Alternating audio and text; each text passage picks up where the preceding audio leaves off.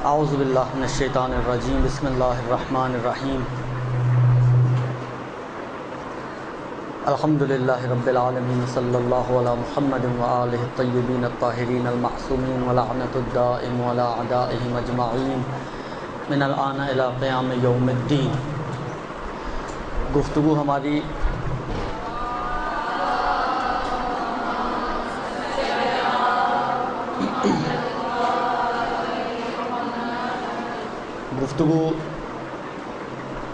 مقدمات نماز میں تھی، اور اب تک مقدمات نماز میں وقت اور قبلے کے احکام آپ نے پڑھ لیے۔ اس کے بعد تیسری چیز جو آپ نے پڑھی وہ سطر کے احکام تھے کہ نماز میں کس حد تک انسان کا بدن جو ہے وہ چھپا ہونا چاہیے اور کتنا کھل سکتا ہے۔ اب جب سطر کی بات آئی اور لباس کا تذکرہ تھا تو درمیان میں کچھ لباس کے حوالے سے شرائط کا تذکرہ فقہا نے کیا ہے، اور نمازی کا جو لباس ہے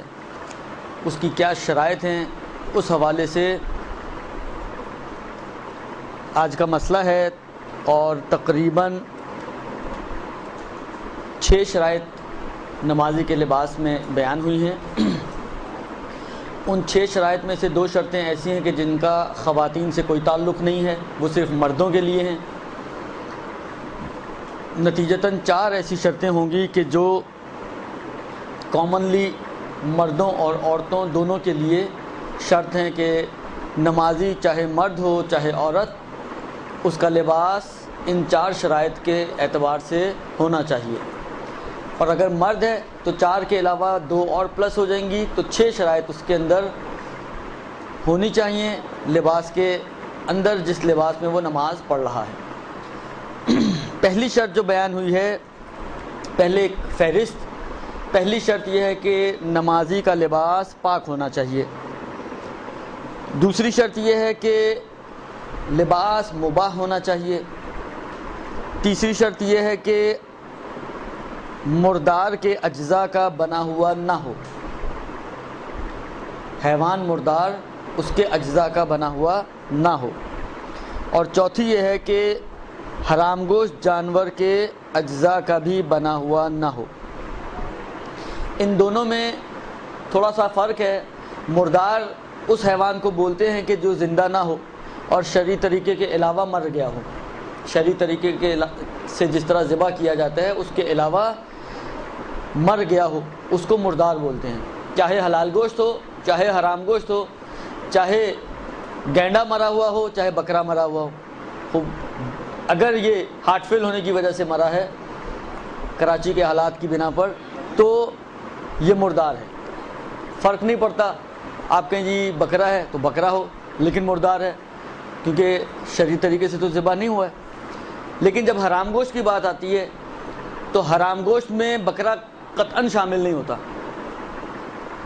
حرام گوشت میں جتنے بھی حلال گوشت جانور ہیں آپ کے جو آپ کھاتی ہیں، ہرن ہو، بکرا ہو، گائے ہو، بھینس ہو، بیل ہو، اونٹ ہو، چھوٹے سے چھوٹا مرغی سے لے کر آپ اونٹ تک پہنچ جائیں تو یہ سب اس کے اندر شامل ہیں جو حلال گوشت ہوتے ہیں، وہ سب اس میں سے خارج ہو جائیں گے۔ اور اس شرط میں اس کے مردہ ہونے کو بھی فرض نہیں کیا گیا، چاہے مردہ نہ بھی ہو۔ مثلا بلی، تو بلی حرام گوشت جانور ہے، لہذا بعض فقہا انشاءاللہ آگے جا کے ہم پڑھیں گے، آغا سیستانی نے تھوڑا سا اختلاف کیا، لیکن آغا خوئی امام خمینی علیہ الرحمہ دونوں کا نظریہ تھا کہ بلی کا ایک بال بھی اگر آپ کے لباس میں لگا ہے تو وہ ایک بال آپ کی نماز کو باطل کر دے گا، اس لیے کہ بلی حرام گوشت جانور ہے اور حرام گوشت جانور کا جز آپ کے لباس میں نہیں ہونا چاہیے۔ آغا سیستانی نے ایک بال نہیں کہا، کم سے کم 2 ہو جائیں تو چلے گا، لیکن وہ 1 ہوں یا 2 ہوں، جی آپ کے لباس پہ لگے ہوئے ہوں اگر بال، یا آپ کے بدن پہ بال اس کا ہو بلی کا، تو آپ کی نماز جو ہے وہ باطل ہو جائے گی۔ خلاصہ یہ کہ ان 2 کے اندر فرق ہے کہ بعد میں تفصیل انشاءاللہ آئے گی، لیکن ابھی بھی تاکہ فہرست سن کر یہ آپ پریشان ہو کہ تو 2 ملتے جلتی سی چیزیں ہیں تو یہ تو ایک جیسی ہیں، تو یہ ایک جیسی نہیں ہیں۔ تیسری کے اندر مردہ فرض کیا گیا ہے اور چوتھی کے اندر مردہ ہونا شرط نہیں ہے، بلکہ قطعاً مردہ نہ ہو، کیونکہ اگر مردار ہوگا تو وہ تیسری میں چلا جائے گا، تو چوتھی کے اندر زندہ کی بات ہو رہی ہے۔ پانچویں اور چھٹی شرط جو جس کا تعلق عورتوں سے نہیں ہے لیکن بالآخر فہرست کے اعتبار سے پانچویں چیز مردوں کے لیے کہ خالص ریشم کا لباس نہ ہو، اور چھٹی چیز یہ بھی مردوں کے لیے کہ لباس سونے کی تاروں سے بنا ہوا نہ ہو۔ تو یہ 6 شرائط ہیں جو لباس کے اندر ہونی چاہیے جس میں آپ نے نماز پڑھنی ہے، مردوں میں 6 اور عورتوں میں 4۔ اب ایک ایک کر کے ان کی تھوڑی بہت وضاحتیں۔ پہلی شرط جو بیان ہوئی وہ یہ تھی کہ جی نمازی کا لباس پاک ہونا چاہیے۔ اس کا نتیجہ یہ نکلتا ہے کہ اگر کوئی شخص جان بوجھ کر نجس لباس میں نماز پڑھے تو اس کی نماز باطل ہو جائے گی۔ البتہ کچھ مجبوری کی صورتیں ہیں جو آگے جا کے آئیں گی کہ جس میں آپ کی ذمہ داری یہی بنتی ہے کہ اب آپ کے پاس فرض کریں کوئی اور لباس ہی نہیں ہے، ایک ہی لباس ہے اور وہ بھی نجس، ایک ہی انڈا وہ بھی گندا چکار کھنی، لہذا اسی لباس میں اب آپ مجبور ہیں کہ نماز پڑھیں تو وہاں پر جائز ہو جائے گی۔ لیکن اختیاری حالت میں اگر کوئی شخص اس کے پاس آپشن ہو کہ وہ چینج کر سکتا ہو، وہ پاک کر سکتا ہو، اگر کوئی شخص جان بوجھ کر بغیر چینج کیے یا بغیر پاک کیے اسی نجس لباس میں حال اختیار میں نماز پڑھ لے تو تقریباً فقہا کا نظریہ یہ ہے کہ اس کی نماز باطل ہو جائے گی۔ یعنی اس میں کوئی خاص فرق نہیں ہے کہ بعض مانتے ہوں باطل ہو، بعض نہیں، تقریباً آغا خوئی ہو یا امام خمینی ہو یا آغا سیستانی ہو، اگرچہ آغا خامنائی کا دیکھا نہیں ہے لیکن وہ بھی بالآخر ان کا بھی نظریہ اس مسئلے میں یہی ہوگا کہ نماز اس کی باطل ہے۔ یہ پہلی چیز۔ دوسرا مسئلہ جو ہے وہ یہ ہے کہ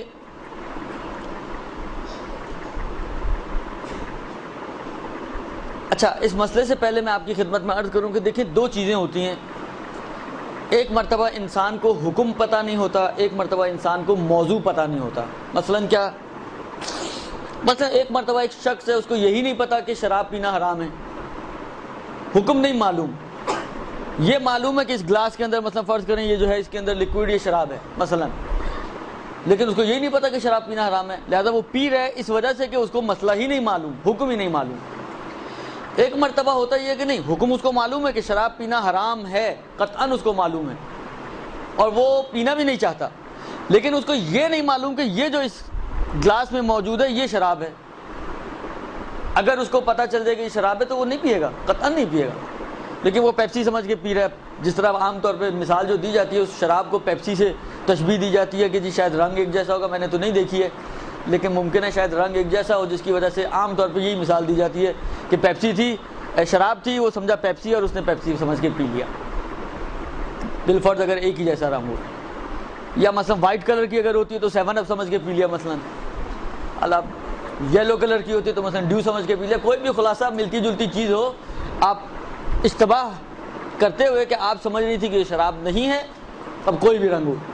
اور آپ نے اس بنا پر اس لکوڈ کو پی لیا، ورنہ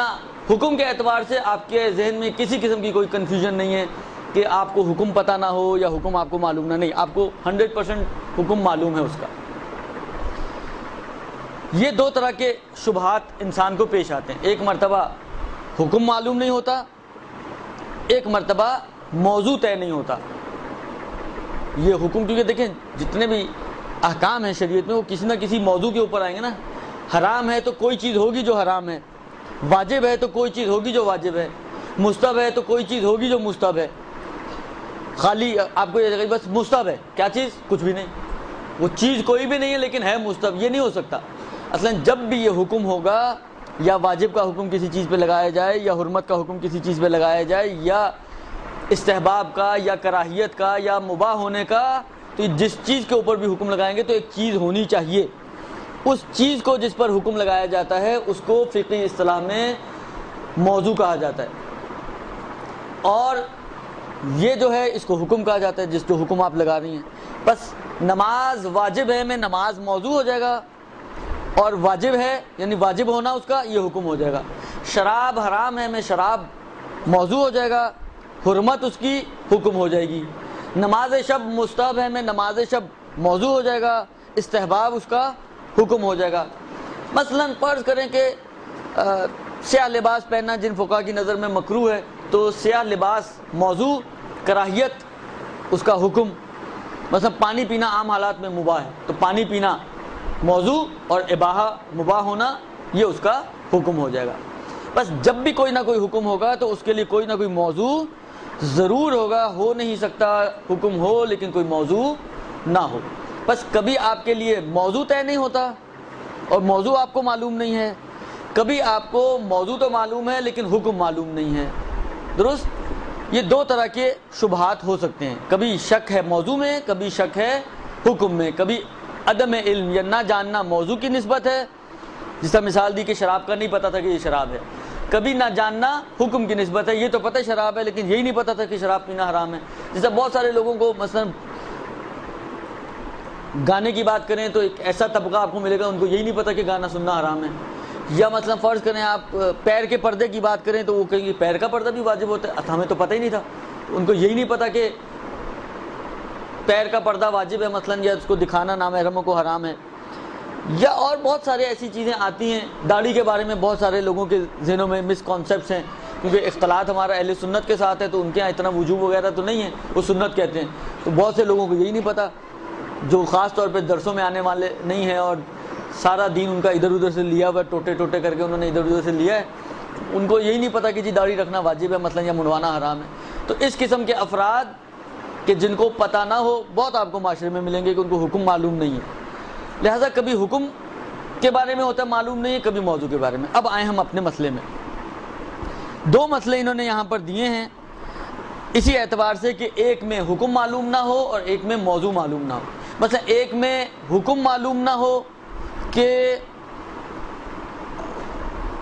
آیا مثلا میرا لباس نجس ہے یا نہیں ہے، نجاست کا حکم میرے لباس پر ہے یا نہیں ہے، یہی نہیں معلوم۔ ایک میں یہ ہے کہ یہ تو پتہ ہے کہ نجاست و طہارت بھی کوئی چیز ہوتی ہے، لیکن یہی نہیں معلوم کہ مثلا فرض کریں خون نجس ہوتا ہے، اس کو یہی نہیں پتہ۔ ایک مرتبہ یہ نہیں پتہ خون نجس ہے، ایک مرتبہ یہ نہیں پتہ کہ جو لگا ہوا میرے لباس پر یہ خون ہے یا ریڈ انک لگی ہوئی ہے۔ دو چیزیں ہو جائیں گی کہ ایک مرتبہ حکم نہیں معلوم کہ آیا خون نجس بھی ہوتا ہے یا نہیں ہوتا، ایک مرتبہ یہ نہیں معلوم کہ آیا میرے لباس پہ جو چیز لگی ہوئی ہے وہ خون ہے یا کچھ اور ہے۔ یہ والا مسئلہ بعد میں آئے گا، بھی دونوں کو میں نے ایک ساتھ سمجھا دیا اس لیے کہ ایک ساتھ ہی دونوں باتیں آپ کے ذہن میں آ جائیں، لیکن یہ مسئلہ اس کا بعد میں آئے گا۔ ابھی حکم کے حوالے سے زیادہ ان کی نگاہیں ہیں حکم والے مسئلے کے اوپر، لہذا پہلا مسئلہ بیان فرماتے ہیں کہ کسی کو یہ مسئلہ نہیں معلوم کہ نجس بدن یا نجس لباس سے نماز باطل ہوتی ہے، اس کو مسئلہ نہیں معلوم، اس کو حکم نہیں معلوم، نہیں کیا چیز نہیں جانتا، وہ یہ نہیں جانتا کہ نماز باطل ہو جاتی ہے، باطل ہونے کو نہیں جانتا اس صورت میں کہ اگر آپ کا بدن یا لباس نجس ہو، اس کو پتہ ہی نہیں تھا کہ نجس بدن اور نجس لباس کے ساتھ اگر کوئی نماز پڑھے تو اس کی نماز باطل ہوتی ہے، بس اس کو بطلان نہیں معلوم، حکم نہیں معلوم، درست؟ اچھا، اب ایک اور شرط لگائی ہے فقہا نے، یہ شاید پہلے بھی گزرا ہے میرا خیال ہے، مجھے لگ رہا ہے ایسے کہ یہ گزر چکا ہے مسئلہ، اور شاید آپ پہلے بھی سن بھی چکی ہوں گی، ممکن ہے اگر مجھ سے نہ سنا ہو تو پہلے بھی آپ کو علم میں ہو کہ جاہل دو طرح کے ہوتے ہیں، بلکہ شاید یہ آیا تھا جاہل قاصر اور جاہل مقصر کا مسئلہ، درست؟ خود جاہل مقصر کون سا جاہل ہے؟ قصوروار جاہل، اور جاہل قاصر یعنی بے قصور جاہل، جاہل بھی اور بے قصور بھی ہے دیگر، درست؟ خوب یہ کہتے ہیں، اب شرط لگاتے ہیں کہ ایک تو یہ کہ نہ جانتا ہو کہ نماز باطل ہو جاتی ہے، ایک پلس جاہل قاصر بھی مقصر ہو یعنی قصوروار جاہل ہو، اور پھر اس نے نہ جاننے کی بنا پر نجس بدن یا نجس لباس کے ساتھ نماز پڑھی ہو تب بھی اس کی نماز باطل ہو جائے گی۔ یعنی میں نے اگر نماز پڑھی ہے نجس بدن اور نجس لباس سے تو میں کہہ سکتا ہوں کہ میں نے اس لیے پڑھی ہے کہ مجھے پتہ ہی نہیں تھا کہ نماز باطل ہے، لیکن شریعت کہتی ہے کہ تمہیں نہیں پتا تو کیوں نہیں پتا، تمہیں نہیں پتا تو کیوں نہیں پتا؟ آیا اس نہ جاننے میں تم قصوروار ہو یا قصوروار نہیں ہو؟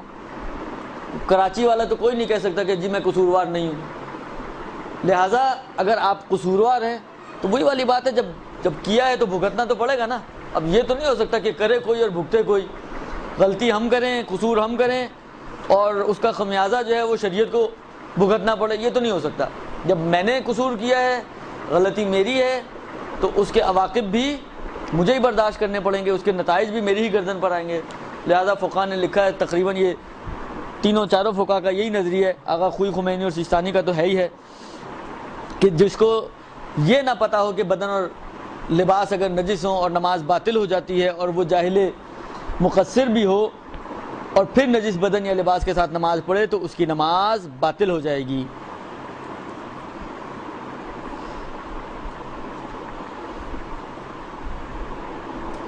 یہ تو ہو گیا اس اعتبار سے۔ دوسرا مسئلہ جو ہے وہ وہی موضوع کے اعتبار سے، ایک شخص کو یہ نہیں پتا تھا کہ مثلا خون نجس ہوتا ہے، نماز نجس بدن اور نجس لباس سے باطل ہے یا باطل نہیں ہے، اس کا کوئی شک نہیں ہے، اس کو یہ معلوم ہے اس کو کہ نجس بدن اور نجس لباس کے ساتھ نماز باطل ہے۔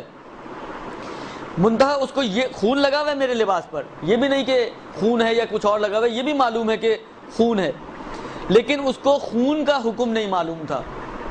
یہ بھی حکم کی طرف جا رہا ہے، اس کو خون کا حکم نہیں معلوم تھا کہ خون نجس ہوتا ہے، یہ معلوم ہے اس کو۔ یعنی یہاں پر اصل میں دو حکم ہیں، ایک تو یہ کہ کلی حکم ہو گیا، عمومی حکم کہ جناب نجس بدن اور نجس لباس میں نماز باطل ہے۔ اب یہ نجاست کیسی ہو اس میں کوئی تذکرہ نہیں ہے، کوئی بھی نجاست ہو جو آپ کے بدن یا لباس پہ لگی ہو تو نماز باطل ہے، یہ ایک عمومی مسئلہ ہے، یہ مجھے معلوم تھا۔ اما پرٹیکولرلی خون آیا نجس ہے یا نجس نہیں ہے یہ نہیں معلوم تھا مجھے، اور میں نے اسی نہ جاننے کی بنا پر اس خون کے ساتھ اپنے جو بدن پہ لگا ہوا ہے یا لباس پہ لگا ہوا ہے میں نے نماز پڑھی ہے، اور میں اپنے اس نہ جاننے میں مقصر ہوں، وہی جاہل مقصر ہو، تو یہاں پہ بھی فقہ فرماتے ہیں کہ اس کی نماز باطل ہو جائے گی۔ سمجھ میں آئی بات؟ پہلے تو یہ بتائیں یہ مسئلہ سمجھ میں آیا یا نہیں آیا؟ جاہل قاصر کی نماز صحیح ہو جائے گی، مسئلہ سمجھ میں آیا یہ؟ جی ہاں، کس کی سمجھ میں نہیں آئی یہ جو دوسرا مسئلہ خاص طور پہ بیان کیا ہے؟ وہ کوانٹٹی کا مسئلہ بھی بعد میں آئے گا۔ ابھی دیکھیں جب ہم بات کریں نماز کی شرائط کے اعتبار سے تو وہ اس میں ایک کوانٹٹی انہوں نے خود ہی استثناء کر دی کہ جی اتنا ہو تو وہ معاف ہے، تو اگر باطل ہو رہی ہے تو اس کا مطلب ہے اس سے تو زیادہ ہی ہوگا، تبھی تو باطل ہونے کی بات آئے گی۔ لہذا ابھی فرض ہمارا یہ ہے کہ وہ اس مقدار میں نہیں ہے کہ جو معاف والا ہے، لہذا یا ان کنڈیشنز میں نہیں ہے آپ کے جو مجبوری والی کنڈیشنز ہیں کہ جس میں خون معاف ہو جاتا ہے کہ جو بعد میں آئیں گی۔ ابھی نارمل حالات میں اور اس مقدار سے زیادہ والی مقدار کی بات ہو رہی ہے، مثلا ایک درہم اب اس کی مقدار آپ کو کہوں کہ پرانا سکہ آپ نے دیکھا ہوگا 1 روپے والا، ایک تو یہ چھوٹے چھوٹے آج کل سکے چل رہے ہیں، ایک جیسے پہلے چلتا تھا تھوڑا بڑا سائز کا تھا، سمجھے وہ اتنا سکے جتنا اگر خون لگا ہوا ہو تو وہ معاف ہے۔ تو یہ جو باطل ہونے کی باتیں ہو رہی ہیں تو obviously اس کے علاوہ والے خون کی بات ہو رہی ہیں، وہ اللہ اس میں جب معاف خود شریعت نے کی تو پھر کیوں نماز باطل ہوگی؟ لہذا یہ اس کے علاوہ ہے۔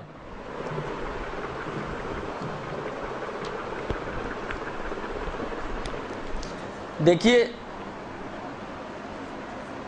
ایک عمومی مسئلہ ہے ہمارے پاس، نجس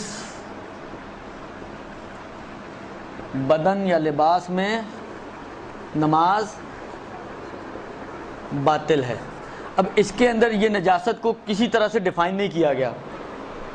البتہ یہ ذہن میں رکھیں کہ جب نماز باطل ہے کا مطلب یہ ہے کہ وہ نجاستیں جو نماز میں معاف ہیں ان کے علاوہ کی بات ہو رہی ہے، یعنی وہ نجاستیں جو نماز میں معاف ہیں جن کا تذکرہ انشاءاللہ العزیز بعد میں آئے گا، جس طرح خون کی مثال دی نا، ایک پرٹیکولر مقدار میں خون معاف ہے تو اس کے علاوہ کی بات ہو رہی ہے، مگر اس کے علاوہ میں بھی انہوں نے، یعنی اس کے اوپر اگر آپ لکھ لیں معاف والی نجاست صورتوں کے علاوہ نجس بدن اور لباس میں نماز باطل ہے. ٹھیک ہے. اس میں بھی کوئی خاص چیز مینشن نہیں کی گئی کہ وہ خون ہے یا کوئی اور نجاست ہے. مثلا فرض کریں پیشاب ہے یا کوئی اور نجاست لگی ہوئی ہے, مقدار کوئی چیز, یعنی کوئی بھی چیز مینشن, یہ کلی مسئلہ ہے. اگر اس مسئلے کو اگر آپ دیکھیں تو یہ مسئلہ عمومی مسئلہ ہے. درست, یہ ایک عمومی مسئلہ ہے جو ہر نجاست کو ہر مقدار میں ہر شخص کے لیے صرف استثنائی صورتوں کو چھوڑ کر شامل ہے. یہ درست. تو اس میں بھی انہوں نے کہا کہ اگر یہ والا بھی نہیں جانتا کہ نجس بدن اور لباس میں نماز باطل ہوتی ہے اور جاہل مقصر ہو,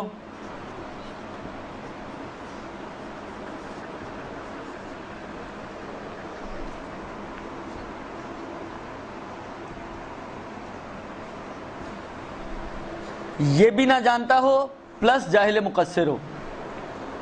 ان دونوں صورتوں میں اس کا حکم کیا بتایا؟ نماز باطل ہے. درست. یہ یہی بتایا تھا.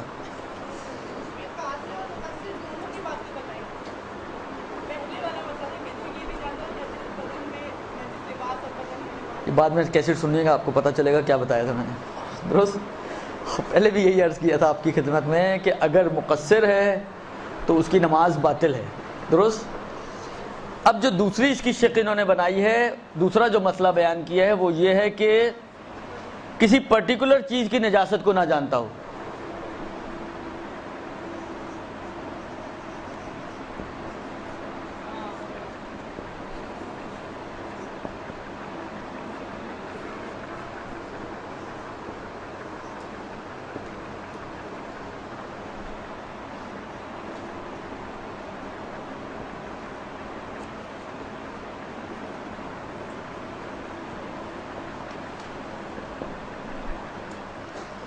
اچھا, اس کا نتیجہ یہ ہے کہ یہ جانتا ہے, وہ یہ والا مسئلہ اس کو معلوم ہے. اس کنڈیشن میں یہ عمومی مسئلہ معلوم ہے اس کو, اس سے جاہل نہیں ہے. لیکن کیونکہ دیکھیں آپ کو پتہ ہے پاکستان ہے, آپ پاکستان کی شہری ہیں, باشندہ ہیں, اور پاکستان میں بہت ساری چیزیں ہم لوگ, بہت سارا ہمارا کلچر بھی انڈیا سے آیا ہوا ہے, اور بہت ساری چیزیں بھی ہم احکام بھی ماشاءاللہ انڈیا سے سیکھتے ہیں, فلموں سے سیکھتے ہیں. لہذا گانا حلال ہے یا حرام ہے یہ ہمیں فلمیں آ کے بتاتی ہیں کہ جی گانا حلال ہے, حضرت داؤد بھی گایا کرتے تھے, اور کیا نہیں ہے. حالانکہ بالآخر یہی مشکلات ہوتی ہیں کہ ناواقفی کی بنا پہ حضرت داؤد کون سا گانا گایا کرتے تھے بھائی, اور کس زمانے کا گانا. اولاً تو یہ کہ حضرت داؤد کی شریعت سے آپ دین محمدی کا مسئلہ طے نہیں کر سکتے کہ حضرت داؤد کیا کرتے تھے اور کیا نہیں کرتے تھے. بالفرض تھوڑی دیر کے لیے ہم تنزلہ, میں نہیں مان رہا ہوں اس بات کو, لیکن بالفرض, فرض محال لیس بمحال, ہم نے تھوڑی دیر کے لیے مان لیا کہ حضرت داؤد گانا گایا کرتے تھے. تو اس سے کیا ثابت ہوتا ہے؟ مگر رسول کی شریعت میں گانا جائز ہو جائے گا. حضرت داؤد کی شریعت تھی, ممکن ہے خدا نے اس شریعت پر حرام نہ کیا ہو, اس شریعت میں خوب آپ کی شریعت میں حرام ہے. تو اس میں کون سا کوئی آپ نتیجہ نکال سکتے ہیں کہ جی حضرت داؤد کی امت اگر حضرت داؤد گایا کرتے تھے تو بس اس کا مطلب ہے آپ بھی گا سکتے ہیں. اولاً یہ, ثانیاً یہ کہ ان کا لحن مشہور تھا حضرت داؤد کا, وہ گانے تو نہیں گایا کرتے تھے, یعنی وہ اپنی جو زبور پڑھا کرتے تھے, لحن اتنا خوبصورت تھا ان کا کہ تمام چرند و پرند و در و دیوار ان کے ساتھ ہم کلام ہو جایا کرتے تھے. لحن داؤدی مشہور ہے, نہ یہ کہ غنائے داؤدی مشہور ہے. تو لیکن عوام تو عوام ہیں دیگر, بس دیکھتے ہیں اور خوش ہو جاتے ہیں, چلے ان کو اتنی بڑی سند مل گئی گانے کے حلال ہونے کے اوپر. لہٰذا اس قسم کی حماقتوں میں آپ لوگ نہ پڑا کریں کہ فلموں سے. ہمارے کلچر, میں نے کہا نا, بہت ساری چیزیں ہم لوگ وہیں سے سیکھتے ہیں. انڈین فلموں میں اکثر آپ کو یہ لکھا خون, انگلی کٹی, خون نکلا, اس نے فوراً منہ میں ڈال لیا اور خون چوس لیا. ہم سمجھتے ہیں یہ خون اتنا ہی پاک و پاکیزہ, لہذا اسی طرح, لہذا کسی کے ذہن میں اگر یہی آ جائے کہ جی خون تو پاک ہوتا ہے, ورنہ وہ کیسے انڈین فلموں میں چوستے. درست. اس کے چوسنے سے آپ نے نتیجہ نکالا کہ جی پاک ہے. اب یہ جو خون پاک آپ نے سمجھا اور آپ کو پتہ ہی نہیں تھا اس کی نجاست کا, اصل مسئلہ معلوم ہے کہ نجس بدن اور نجس لباس کے ساتھ نماز باطل ہے, لیکن پرٹیکولرلی کسی خاص نجاست کے بارے میں نہیں معلوم کہ یہ بھی نجس ہوتی ہے, اور اسی نجاست کے ساتھ آپ نے نماز پڑھ لی, تو آپ کی اس نماز کا کیا حکم ہوگا؟ آیا یہ نماز باطل شمار ہوگی یا صحیح ہے؟ اس میں بھی آغا خوئی و خمینی ہوں یا آغا سیستانی ہوں، تینوں نے یہ بات کہی ہے کہ احتیاط کی اگر جاہل مقصر ہے تو اس کی نماز باطل ہو جائے گی۔ البتہ اس میں آغا سیستانی کی احتیاط واجب ہے کہ اگر کسی پرٹیکولر چیز کی نجاست کو نہ جانتا ہو تو احتیاط کی بنا پہ نماز باطل ہے، لہذا وقت ہے تو تکرار کرے اور وقت گزر گیا تو قضا کرے۔ لیکن آغا خمینی اور آغا خوئی ان کا فتویٰ ہے کہ اس صورت میں اس کی نماز باطل شمار ہوگی۔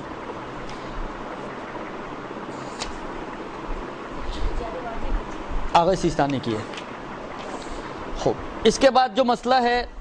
اب سمجھ میں آیا یا ابھی بھی نہیں آیا سمجھ میں؟ آگے سمجھ میں؟ خوب، اس کے بعد جو مسئلہ ہے وہ یہ ہے کہ نماز پڑھنے سے پہلے انسان کو نہیں معلوم تھا کہ میرے بدن یا لباس پہ کوئی نجاست لگی ہوئی ہے اور میرا بدن یا لباس نجس ہے۔ مثلا خاص طور پہ بعض اوقات ہوتا ہے کہ پیچھے کی طرف مثلا بیک پہ، آپ کی کمر پہ کوئی مثلا خون نکلا، کوئی دانہ تھا وہ پھٹ گیا، خون نکل آیا، پیچھے لگا ہوا ہے مثلا، اور بالفرض وہ معاف والی مقدار سے زیادہ ہو،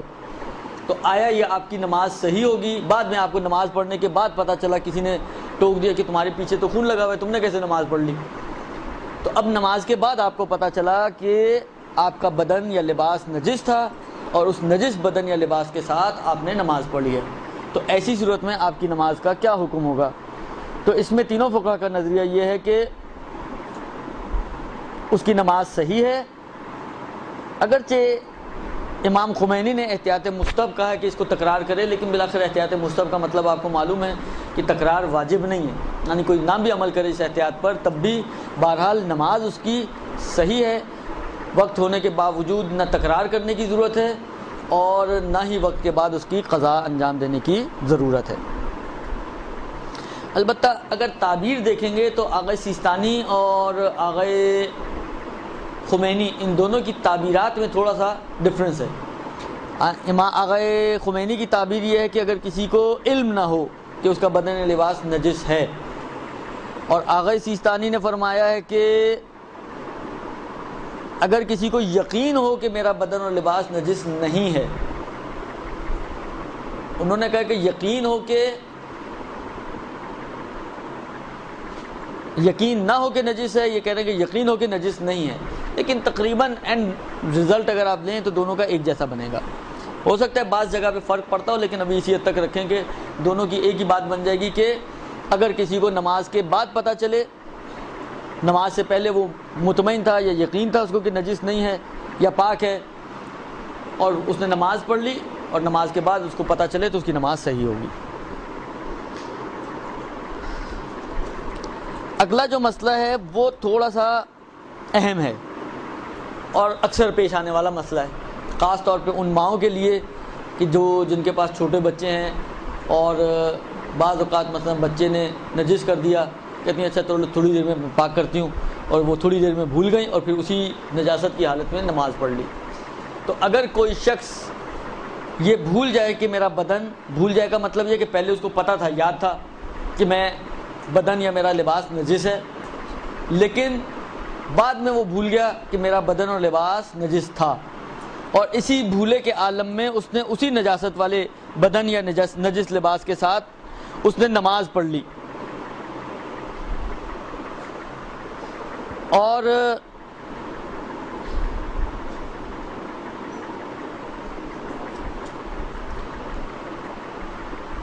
اچھا اب اس کی دو صورتیں بن سکتی ہیں، اسی نجس بدن یا لباس کے ساتھ اس نے جو نماز پڑھی ہے تو دو صورتیں بن سکتی ہیں، یا تو اس کو درمیان میں کہیں یاد آیا یا کہیں بھی یاد نہ آیا، جب یاد آیا تو نماز ختم ہونے کے بعد یاد آیا، جب اس نے شروع کی ہے بھول کر نجس بدن یا نجس لباس کے ساتھ نماز، تو دو صورتیں بنیں گی، یا تو دوران نماز اس کو یاد آ گیا، مثلا ابھی 2 رکعت ہوئی تھیں اور دوسری ہی رکعت میں اس کو یاد آ گیا کہ جی میرا بدن اور لباس تو نجس تھا، یا یہ کہ نہیں دوران نماز اصلاً یاد ہی نہیں آیا، یاد کب آیا؟ یاد اس وقت آیا کہ السلام علیکم ورحمۃ اللہ وبرکاتہ، نماز ختم اور ایک دم اس کو خیال آیا کہ میری تو بدن یا لباس نجس تھا۔ تو اس صورت میں اب اس کی نماز کا کیا حکم ہوگا کہ جب اس کو دوران نماز یا یاد آ جائے یا نماز کے بعد یاد آ جائے؟ اس میں آغا خوئی اور امام خمینی ان دونوں کا نظریہ ایک جیسا ہے. دونوں فرماتے ہیں کہ اگر دوران نماز یاد آئے تب بھی اور نماز کے بعد یاد آئے تب بھی، ان دونوں صورتوں میں یہ نماز تو گئی، نماز باطل ہے. لہذا نہ دوران نماز یاد آنے کا کوئی بینیفٹ ہے اور نہ ہی نماز کے بعد یاد آنے کا کوئی فائدہ اس کو ہوگا. چاہے دوران نماز یاد آئے چاہے نماز کے بعد یاد آئے، کوئی فرق نہیں پڑتا، دونوں صورتوں میں اس کی نماز باطل ہے. اور اگر وقت باقی ہے تو تکرار کرے نماز کی پاک کرنے کے بعد یا چینج کرنے کے بعد، اور اگر وقت گزر چکا ہے تو پھر نماز کی قضا کرنی پڑے گی. یہ امام خمینی اور آغا خوئی کا نظریہ. اس میں آغا سیستانی نے تھوڑی سی تفصیل دی ہے آغا سیستانی نے. یعنی نہ وہ انہوں نے تو مطلقاً کہا نا ہر حالت میں بہرحال اگر دوران نماز یاد آئے یا بعد از نماز یاد آئے، ہر حال میں بہرحال اس کی نماز باطل ہے اور اس کو اس نماز کو تکرار کرنا پڑے گا. وقت ہے تو وقت میں اور وقت گزر گئے تو قضا کے طور پہ. آغا سیستانی نے اس کو کنڈیشنل مانا ہے. بعض کنڈیشنوں میں آغا سیستانی نے کہا کہ بعض کنڈیشنز میں اس کی نماز بچ جائے گی اور صحیح ہو جائے گی، لیکن بعض کنڈیشنز ایسی ہیں کہ جس میں نماز بہرحال باطل ہو جائے گی. یعنی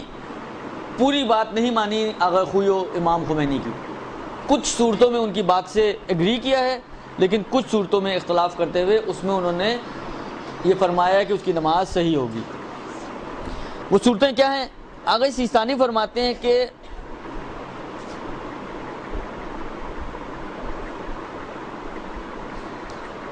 یہ جو بھولا ہے، فرض مسئلہ کیا ہمارا چل رہا ہے کہ ایک شخص کو پہلے معلوم تھا، پھر بعد میں وہ بھول گیا اور بھولے کی حالت میں اس نے اسی نجس بدن اور نجس لباس میں نماز پڑھی ہے. آغا سیستانی کہتے ہیں کہ یہ جو بھولا ہے یہ کیسے بھولا؟ آیا بھولنا بے اعتنائی اور توجہ نہ دینے کی بنا پر ہے؟ بعض اوقات ہوتا ہے کہ انسان بے اعتنا ہوتا ہے، بہت زیادہ اہمیت نہیں دیتا کسی چیز کو، تو اہمیت نہ دینے کی بنا پر وہ بھول گیا ہے. تب تو فرماتے ہیں کہ احتیاط لازم یہی ہے کہ جو آغا نے کہا، آغا خوئی و خمینی نے، وہ بات صحیح ہے، منتہا احتیاط کی بنا پہ وہ بات صحیح ہے کہ اگر وقت گزر چکا ہے تو تکرار کرے، قضا کرے. وقت باقی ہے تو چاہے دوران نماز یاد آئے چاہے بعد از نماز یاد آئے، اس کی نماز باطل ہے بہرحال احتیاط کی بنا پر. اس صورت میں کہ جب یہ بھولنا اس کی بے اعتنائی، توجہ نہ دینے اور اہمیت نہ دینے کی وجہ سے ہو. ایک مرتبہ یہ ہوتا ہے کہ نہیں، اگر اس کے علاوہ صورتحال ہے، بھول تو گیا ہے لیکن اس وجہ سے نہیں کہ اہمیت نہیں دیتا تھا، بے اعتنائی برتی اس نے، نہیں، بلکہ مثلا بعض اوقات ہوتا ہے آپ ایسی سچویشن میں پھنسی ہوئی ہیں کہ ابھی تو آپ پاک کر ہی نہیں سکتے، آپ نے کہا چلو میں بعد میں پاک کرتا ہوں. مثلا فرض کریں جو عام طور پہ پیش آتا ہے ہمارے یہاں، مثلا بسیں ماشاءاللہ خستہ حال بسیں ہماری، وہ چڑھتے ہوئے کوئی اس کی پتری وغیرہ آپ کے ہاتھ پہ لگ گئی، خون نکل آئے. اب بس میں آپ کے پاس کون سا پانی ہے کہ آپ کہیں جی میں ابھی پاک کر لوں تاکہ میں بھول نہ جاؤں. اب آپ نے کہا کہ چلو میں اس کو بعد میں گھر جا کر پاک کر لوں گی. یہ جو آپ نے کہا کہ میں گھر جا کے پاک کر لوں گی، بے اعتنائی کی وجہ سے نہیں، آپ قطعاً نہیں چاہتی ہیں کہ نجس بدن یا لباس کے ساتھ نماز پڑھیں. پہلے والا شخص کو اتنی اہمیت نہیں تھی کہ پاک ہو نجسوں کو، اتنا وہ نہیں ہے اس کے لیے، لہذا اس نے اتنی توجہ نہیں دی، اعتنا نہیں کیا، جس کی بنا پہ وہ بھول گیا. یہ اس وجہ سے نہیں، منتہا جب گھر پہنچے، گھر میں بعض اوقات آپ جیسے ہی انٹر ہوئی تو سامنے کوئی مہمان بیٹھا ہوا تھا، آپ مہمان میں لگ گئی، یہ ٹائم تھوڑا گزر گیا، بھول گیا. لیکن یہ جو آپ کا بھولنا ہے یہ بے اعتنائی کی بنا پر نہیں ہے، اس کے اسباب کچھ اور ہیں. پانی اویلیبل نہ ہونے کی وجہ سے آپ کی ڈیلے ہو گئی جس کی وجہ سے آپ بھول گئیں، یا دوسرے کاموں میں مشغول ہو گئیں جس کی وجہ سے آپ بھول گئیں. ابھی وقت بہت تھا، آپ نے کہا چلو میں پاک کر کے انشاءاللہ پڑھ لوں گی نماز، اور دوسرے کاموں میں ایسی مشغول ہوئی کہ پھر بھول گئیں آپ. اگر یہ صورتحال ہے تو پھر آغا سیستانی فرماتے ہیں کہ اس کی نماز صحیح ہے اور اس کو نماز تکرار کرنے کی ضرورت نہیں ہے. بس آغا سیستانی نے بھولنے کے اوپر زور دیا کہ یہ بھولنے کی وجہ کیا ہے. آیا لاپرواہی، بے اعتنائی بے دین اور مسائل یہ وجہ ہے تو احتیاط لازم کی بنا پر تکرار کرنی پڑے گی. لیکن اگر بھولنے کی وجہ اس کے علاوہ ہے پھر اس کی نماز صحیح ہے اور تکرار ضروری نہیں ہے. اب بیچ میں یاد آئے کا مطلب آگے آ رہا ہے کہ بیچ میں اگر یاد آئے تو کیا ہوگا اس کا. زیادہ یعنی جو نماز اس کی صحیح ہوگی پرٹیکولرلی ابھی اسی صورت میں ہے کہ جو بعد میں یاد آئے. بیچ میں یاد آنے کا مطلب ہی آگے آنے والا ہے. درست ہو. اس کے بعد جو مسئلہ ہے وہ اب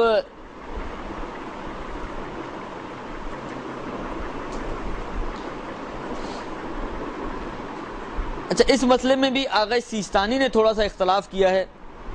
اور باقی کم و بیش آغا خوئی کا مسئلہ امام خمینی جیسا ہے.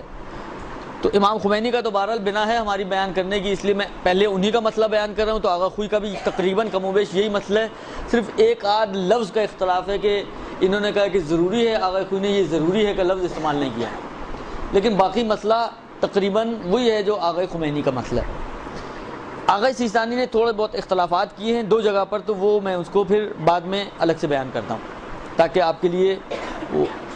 لکھنا بھی اور یاد رکھنا بھی آسان ہو جائے. آغا خمینی علیہ الرحمہ یہ فرماتے ہیں کہ اگر کوئی شخص نماز میں مشغول ہو جائے اور نماز شروع کر دے اس ٹائم پر کہ ابھی نماز کا وقت وسیع ہو،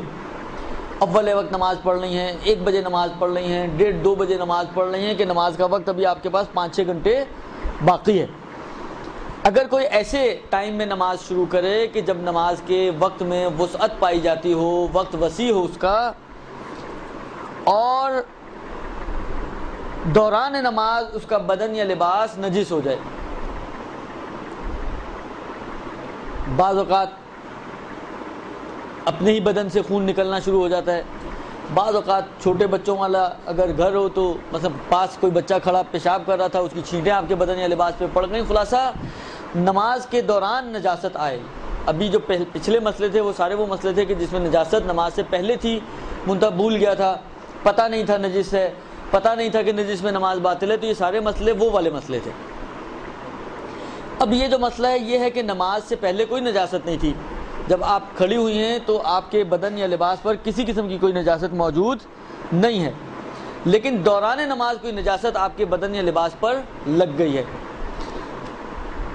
اچھا، اب اس میں آغا خمینی فرماتے ہیں کہ اگر تو ابھی اس نے مثلا بعض اوقات ہوتا ہے نا کہ جب نجاست لگی ہے تو اسی وقت آپ فوراً ہی متوجہ ہو گئیں، ابھی آپ نے مثلا کچھ آگے نماز کو جاری نہیں رکھا، جیسے ہی لگی وہیں آپ کا سٹاپ ہو گیا، اور آپ نے مثلا کوئی بھی نماز کو کا واجب حصہ آگے نہیں پڑھا. مثلا ایک مرتبہ ہے کہ آپ نجاست لگی اسی وقت آپ متوجہ ہو گئیں، آپ الحمد پڑھ رہی تھی، آپ نے وہیں سٹاپ کر دیا، کوئی بھی الحمد کا بقیہ حصے میں سے آپ نے کچھ مقدار بھی اس نجاست کی حالت میں نہیں پڑھی ہے. اگر یہ صورتحال ہو کہ جیسے ہی نجاست لگی آپ نے اپنی نماز کو سٹاپ کر لیا اور نماز میں کوئی بھی حصہ نماز کا نجاست کی حالت میں نہیں پڑا، درست؟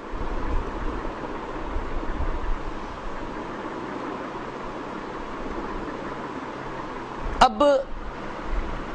پہلا آپشن تو یہ ہے کہ آیا اسی نماز ہی کی حالت میں آیا آپ کے لیے ممکن ہے کہ آپ اس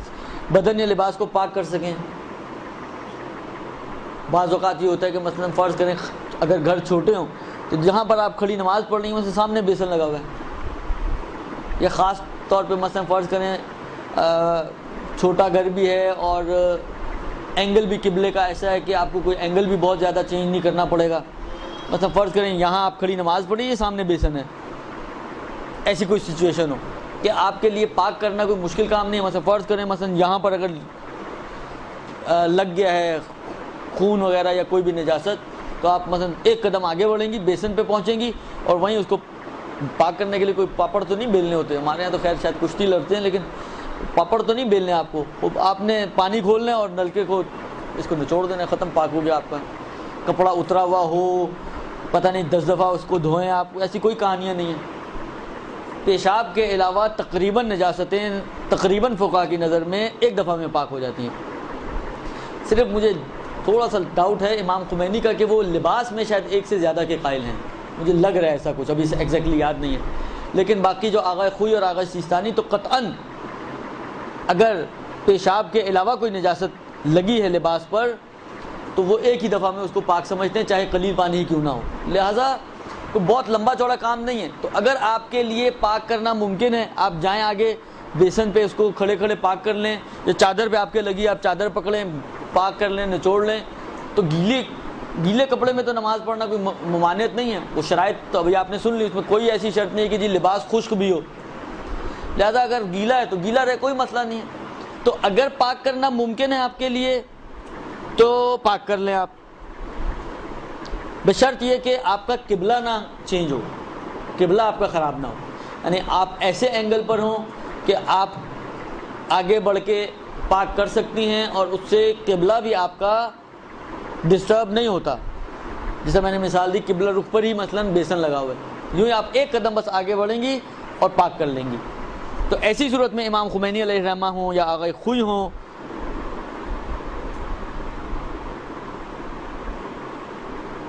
بلکہ حتیٰ آغا سیستانی یہاں تک کامن ہے،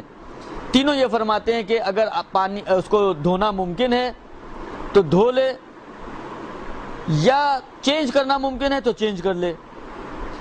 یا یہ کہ تیسرا آپشن یہ ہے کہ چیز ایسی ہے، مثلا فرض کریں کوئی مرد ہے جو نماز پڑھ رہا ہے، بازو پہ نجاست لگ گئی، مرد کے لیے شرط تو نہیں کہ اس کی اوپر کی شرٹ بھی اس نے پہنی ہوئی ہو، تو ستر پوشی کے احکام میں گزر چکا ہے، لہذا وہ شرٹ اتار سکتا ہے، اتار دے۔ اگر پاک کرنا ممکن نہیں ہے مثلا، یا اینگل چینج ہو جائے گا اس کا، تو تین آپشن ہے اس کے پاس، یا پاک کر لے، یا چینج کر لے، بشرط یہ کہ چینج کرنے کی بنا پر کوئی ایسی صورتحال نہ بنتی ہو کہ اس کا وہ بالکل ہی بغیر سطر کے ہو جائے، یا یہ کہ اتار دے، بشرط یہ کہ اتارنے کی وجہ سے بھی سطر اس کی خراب نہ ہوتی ہو، مثلا اوپر کا کوئی ایسا لباس، مثلا فرض کریں عورت نے، جیسے عام طور پہ ہیں وہ بہت ساری بچی ہیں مثلا انہوں نے مکنا بھی لیا ہوا ہے، اوپر چادر بھی لی ہوئی ہے، اب اسی طرح یہ کھڑی ہو جائے نماز پڑھنے کے لیے، چادر اوپر کی نجیس ہو گئی تو چادر اتار کے سائڈ میں رکھ دیں، مکنا پورا ہے، آستینیں پوری ہیں، ستر پوشی آپ کی پوری ہے، تو یہ شرط تو نہیں ہے کہ نماز میں مثلا چادر بھی سر پہ ہونی چاہیے، نماز کی جو شرط ہے وہ ستر پوشی کی ہے کہ اتنا کورڈ ہونا چاہیے، اگر اتنا بغیر چادر کے بھی کورڈ ہے اور اوپر کی چادر نجیس ہو جائے تو چادر اتار کے سائڈ میں رکھ دیں، نماز کو کنٹینیو کر لیں۔ بس تین میں سے کوئی ایک کام کرنا پڑے گا، یا پاک کر لیں بشرط کہ قبلہ خراب نہ ہوتا ہو، یا چینج کر لیں بشرط یہ کہ سطر آپ کی خراب نہ ہوتی ہو، یا اتار دیں بشرط یہ کہ سطر پوشی آپ کی ناقص نہ بن جاتی ہو۔ ان تین میں سے کوئی ایک کام اس کو وسعت وقت میں کرنا پڑے گا اگر وقت وسیع ہے۔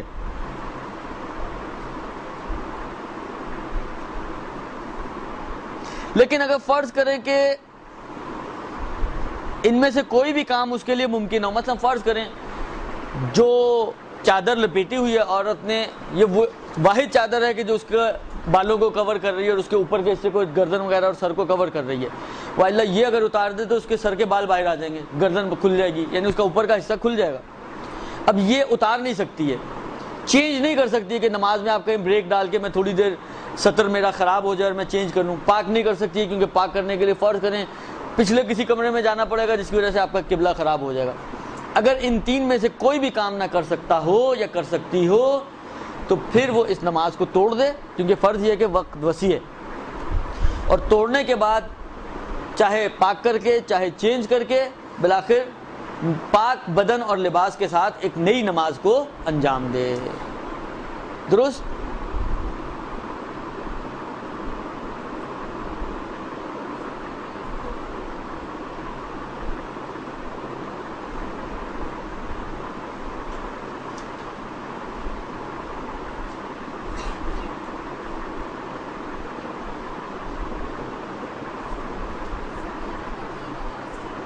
جی ہاں میں وہی چیک کر رہا ہوں آغا سیستانی نے اور کہاں اشکال فرمایا ہے۔ صرف ایک اور جو چینج ہے آغا سیستانی میں وہ یہ ہے کہ احتیاط لازم لگائی ہے انہوں نے اسی آخری صورت میں کہ احتیاط لازم کی بنا پر اس کو نماز دوبارہ پڑھنی چاہیے، لیکن باقی آغا خمینی اور آغا خوئی کا فتویٰ ہے، بلکہ آگے بھی فتوے ہیں، لہٰذا یہ ایک ایسی احتیاط لازم ہے جس کا پریکٹیکلی کوئی فائدہ، کیونکہ احتیاط لازم یا احتیاط واجب کا صرف ایک ہی فائدہ ہوتا ہے کہ آگے کی طرف جائیں اور کوئی آپشن مل جائے آپ کو کہ آپ بچ جائیں اس ذمہ داری سے کہ جو ذمہ داری انہوں نے احتیاط کی وجہ پہ ہماری گردن پہ ڈالی ہے۔ اب یہاں پہ آگے بھی جائیں گے تو فتوے ہیں، پیچھے بھی آئیں تو فتوے ہیں، لہذا اس احتیاط لازم کا عملاً کوئی فائدہ نہیں ہے، اس کا فائدہ صرف محققین کے لیے ہے، یا انتظار کیا جائے کوئی ایسا فقیہ آئے کہ جو فلعالم بنے اور اس کا نظریہ یہ ہو کہ جی نماز واجب نہیں ہے تکرار کرنا، وہ پھر ایک بہت لمبی کہانی ہے، لہذا اس وقت پریکٹیکلی اس احتیاط کا کوئی اثر نہیں ہے۔ خوب، یہ اس صورت میں تھا کہ اگر وقت کی تنگی کے ساتھ کوئی نماز کو شروع کرے، وقت کی وسعت کے ساتھ وسعت وقت کے ساتھ کوئی نماز کو شروع کرے۔ اگلی صورت جو ہے وہ اس کے برعکس ہے کہ تنگی وقت میں اگر کوئی نماز شروع کرے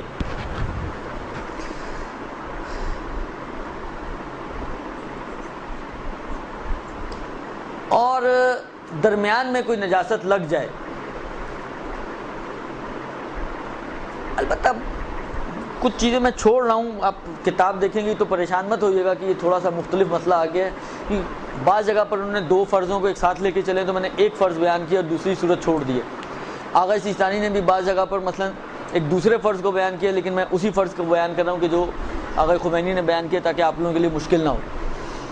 لہٰذا اگر کوئی شخص تنگی وقت میں نماز کو شروع کرے اور دوران نماز اس کا بدن یا لباس نجس ہو جائے، مثلا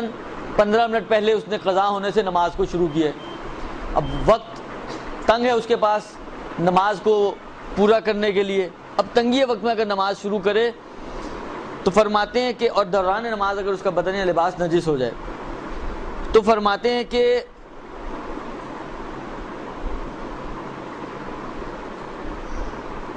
اگر اتنا بھی ٹائم ہے، یعنی تنگی وقت تو ضرور ہے، لیکن مثلا جیسا میں نے عرض کیا کہ کوئی لمبا چوڑا کام تو نہیں ہے پاک کرنا، وقت ضرور تنگ ہے لیکن یہ مثلا آگے بڑھ کے پاک کر سکتی ہے، یا اوپر کا لباس ہے جیسے میں نے مثال عرض دی، نیچے مکھنا وغیرہ موجود ہے، سلیوز پہنی ہوئی ہیں، اوپر کی چادر نجس ہوگی، اس کو وہیں اتار کے سائڈ میں رکھ دے اور نماز کنٹینیو کر لے، تو کوئی اتنا لمبا چوڑا کام نہیں ہے کہ ہم کہیں کہ جی نماز مثلا قضا ہو جائے گی، نہیں، تنگی وقت ضرور ہے، مگر اس تنگی وقت میں اس کے پاس یہ گنجائش موجود ہے کہ وہ یا تو اس کو پاک کر سکتی ہو، یا اس کو چینج کر سکتی ہو، یا اس کو اتار سکتی ہو، اور وہ باقی مشکلات قبلے کی مشکل یا سطر کی مشکل بھی پیش نہ آتی ہو، تو پھر ان میں سے کوئی ایک کام اس کو کرنا پڑے گا۔ لیکن اگر ان میں سے کوئی آپشن اس کے پاس موجود نہ ہو تو ایسی صورت میں آقا فرماتے ہیں کہ اسی بدن اور نجس بدن یا نجس لباس کے ساتھ نماز اگر وہ پڑھ لے تو اس کی نماز صحیح ہو جائے گی۔ آقا خوئی کا بھی یہی مسئلہ ہے، امام خمینی کا بھی یہی مسئلہ ہے، اور آقا سیستانی کا بھی یہی مسئلہ ہے۔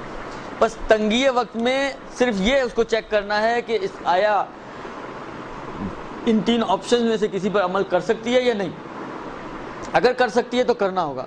لیکن اگر گنجائش نہیں ہے تو پھر اسی نجس اس میں تھا کہ توڑ کے پاک کر کے یا چینج کر کے پھر نماز پڑھے، اس میں نہیں، یہ وہ مسئلہ نہیں ہے، اس میں پھر اسی نجس بدن یا لباس کے ساتھ وہ نماز پورا کر لے گی اور اس کی نماز صحیح کاؤنٹ ہوگی، اور قضا وغیرہ کی بھی ضرورت نہیں ہے کہ وقت کے بعد وہ پاک کے ساتھ پاک کر کے قضا کرے، وقت کے بعد ایسی بھی کوئی چیز نہیں ہے، بس یہی نماز جو اس نے پڑھ لی وہ اس کی صحیح کاؤنٹ ہوگی۔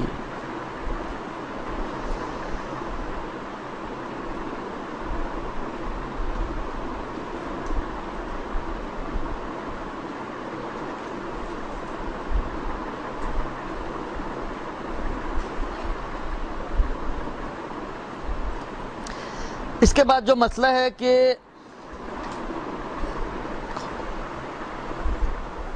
اگر کسی کو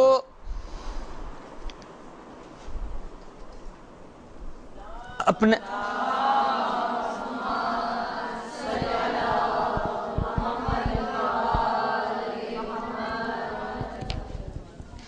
اب اس میں ایک مسئلہ اصل میں یہ ہے کہ اگر کسی کو اپنے بدن یا لباس کے نجس ہونے کے بارے میں شک تھا، پتہ نہیں نجس ہے، پتہ نہیں پاک ہے، علم نہیں ہے اس کو، شک کی حالت میں ہے، اور اسی شک کی حالت میں اس نے اپنے اسی طریقے سے اسی بدن کے ساتھ اور اسی یا اسی لباس کے ساتھ یعنی اسی طریقے سے بغیر پاک وغیرہ کیے اس نے نماز پڑھ لی،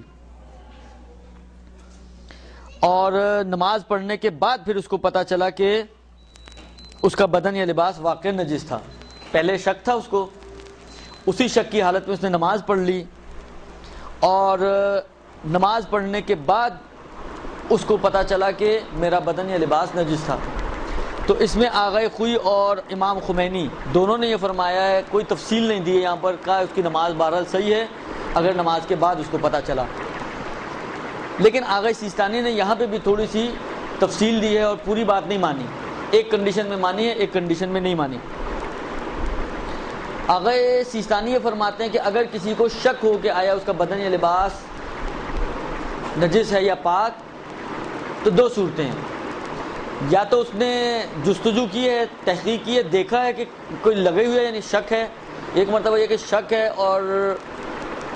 بغیر کچھ دیکھے بالے اس نے بس نماز پڑھ لی، ایک یہ صورت حال ہے۔ آغا خمینی اور آغا خوئی کہتے ہیں کہ بھلے اس صورت میں بھی اس کی نماز صحیح ہے۔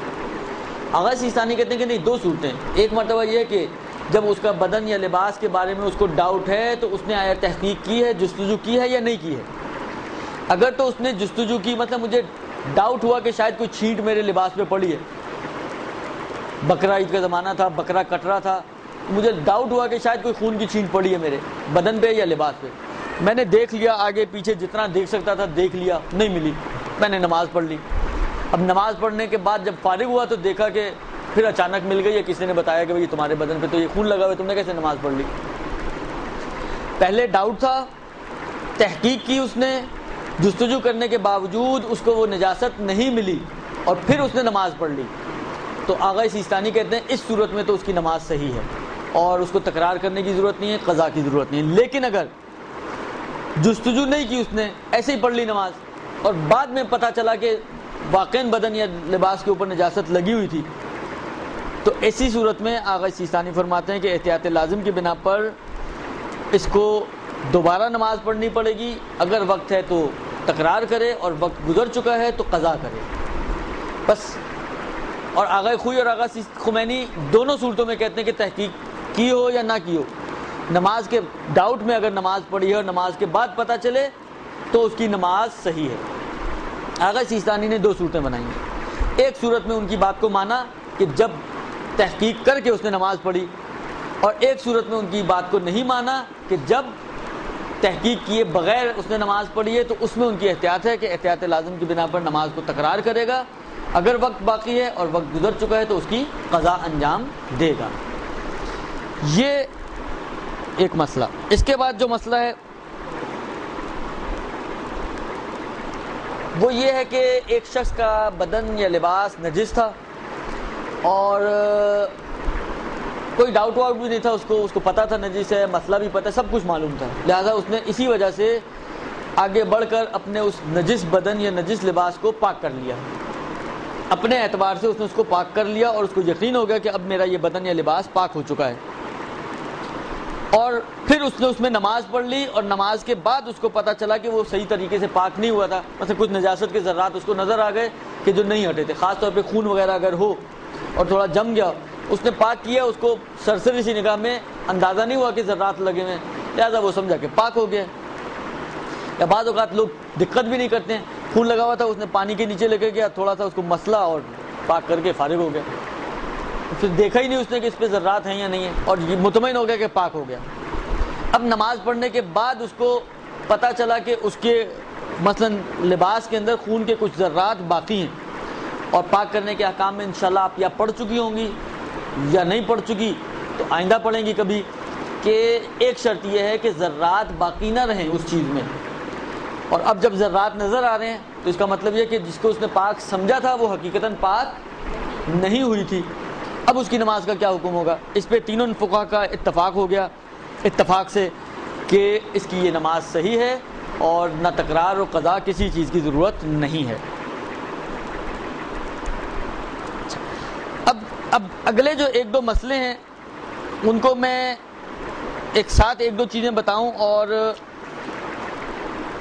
مشکل آپ کی تھوڑی سی آسان ہو جائے، اور وہ یہ کہ خون آپ کو معلوم ہے دو طرح کا ہے، کچھ خون نجس، کچھ خون پاک۔ پاک خون کی مثال مچھر کا خون، مچھر کا خون پاک ہے، اور مثال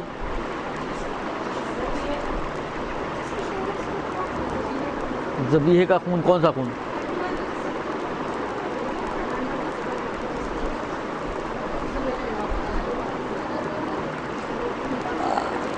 ذبیحے کا خون اس صورت میں کہ جب اس کو ذبح کیا جائے اور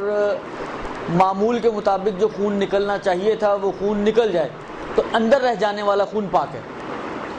یہ بھی اس کی ایک مثال ہو سکتی ہے پاک خون کی۔ پاک خون کی اور مثال ایسے حیوانات کے جو خون جہندہ نہیں رکھتے، یعنی جن کا خون اچھل کے نہیں نکلتا، ان کا خون پاک ہے، جیسے مچھلی کا خون یا اور دوسرے حیوانات۔ خلاصہ یہ کہ خون دو طرح کے ہیں، کچھ خون پاک اور کچھ خون نجس، یہ ایک چیز۔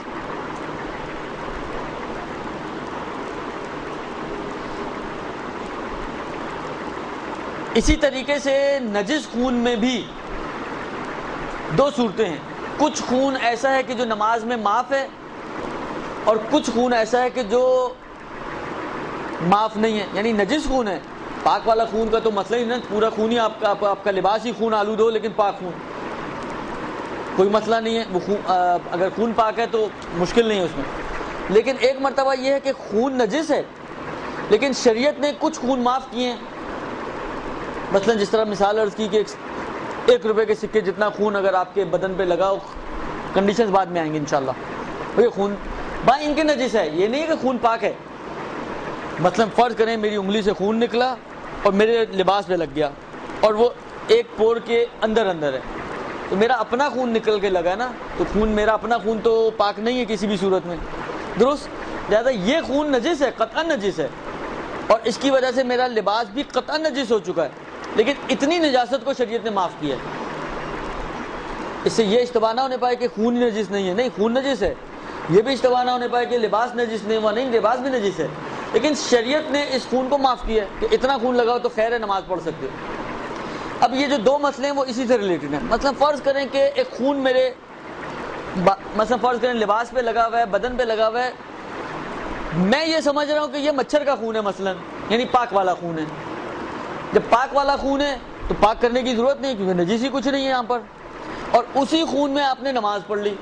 اور نماز کے بعد آپ کو پتہ چلا کہ نہیں یہ مچھر کا نہیں، یہ آپ کا اپنا خون تھا، تو ایسی صورت میں اب نماز کا کیا حکم ہوگا؟ یعنی خون پہلے لگا ہوا ہے، منتہا سمجھ میں یہ رہا ہوں کہ یہ پاک والا خون ہے، جبکہ وہ نکلا نجس والا خون، مگر آپ کو نماز کے بعد پتہ چلا، تو اس صورت میں تقریباً مراجع کا نظریہ یہ ہے کہ اس کی نماز صحیح ہوگی، نہ قضا کی ضرورت ہے نہ تکرار کی ضرورت ہے، یہ ایک مسئلہ۔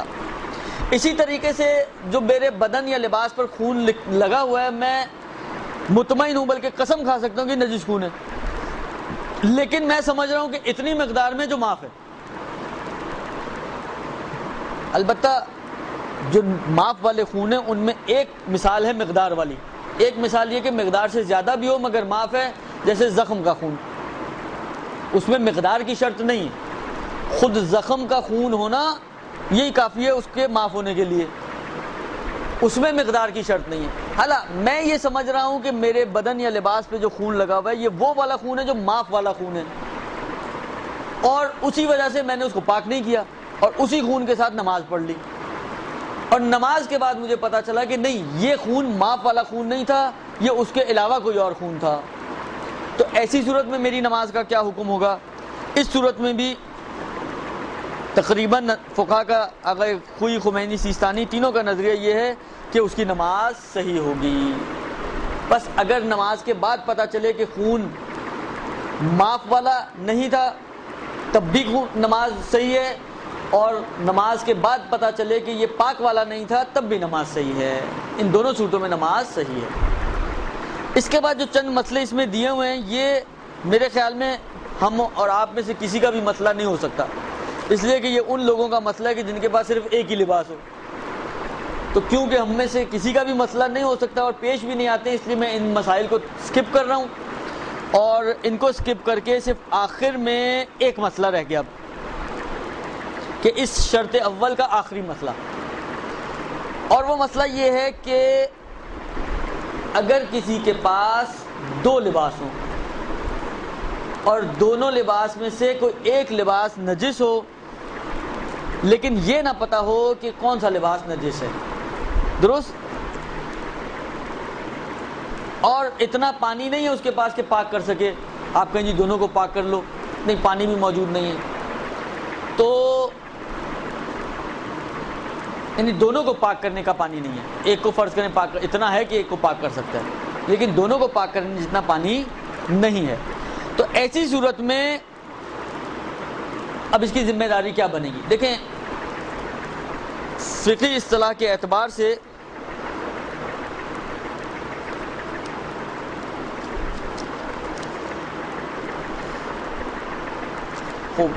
فقہی اعتبار سے جب ہم علم کی بات کرتے ہیں، علم یعنی جاننا کوئی جہل کے مقابل میں، تو اس علم کی دو صورتیں ہیں۔ یہ مسئلہ شاید آپ کو سمجھایا گیا ہوگا اگر تقلید کا چیپٹر آپ کو پڑھایا گیا ہے، وہاں پر ایک مسئلہ آتا ہے کہ آیا عالم کی تقلید شرط ہے یا شرط نہیں ہے؟ تو وہاں پر تقریباً فقہا نے یہ کہا ہے کہ اگر اختلاف کا مسائل میں علم ہو، چاہے اجمالی ہی ہو، تو آپ کے لیے ضروری ہے کہ آپ جو ہے وہ عالم کی تقلید کریں، یا فتوے کی بنا پر یا بعض نے احتیاط لگائی ہے۔ تو وہاں پر ایک یہ لفظ استعمال ہوتا ہے علم چاہے اجمالی ہی کیوں نہ ہو۔ تو علم کی دو قسمیں ہیں،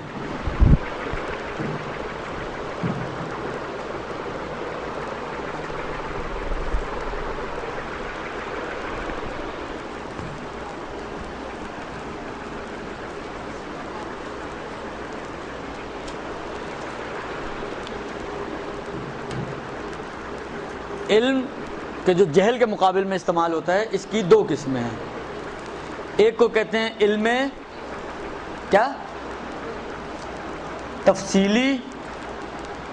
اور ایک کو کہتے ہیں علم اجمالی۔ تفصیل اور اجمال، میرا خیال ہے یہ اردو میں بھی یہ الفاظ استعمال ہوتے ہیں۔ اجمال یعنی ابہام، مبہم۔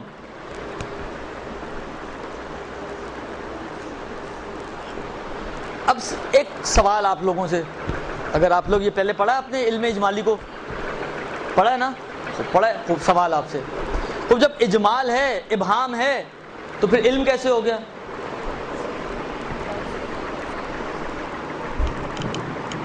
اگر ابہام موجود ہے اس میں،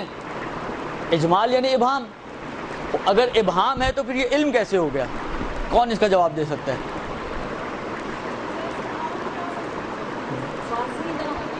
وہ واضح جب نہیں ہے تو پھر علم کیسے ہو گیا؟ علم کا مطلب تو ہوتا ہے کہ واضح، صحیح ہے نا؟ علم یعنی واضح ہونا ہے کسی چیز کا، جاننا، آپ یعنی جان رہے ہیں، یعنی آپ دیکھ رہی ہیں مثلا سامنے اس چیز کو۔ ابہام ہے یعنی دھندلی ہے ایک چیز، تو جب دھندلی ہے تو پھر علم کیسے ہو گیا؟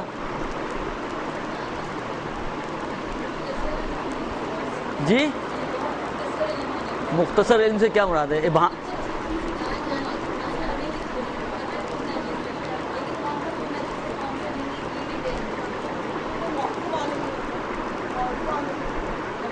موضوع معلوم نہیں ہوتا۔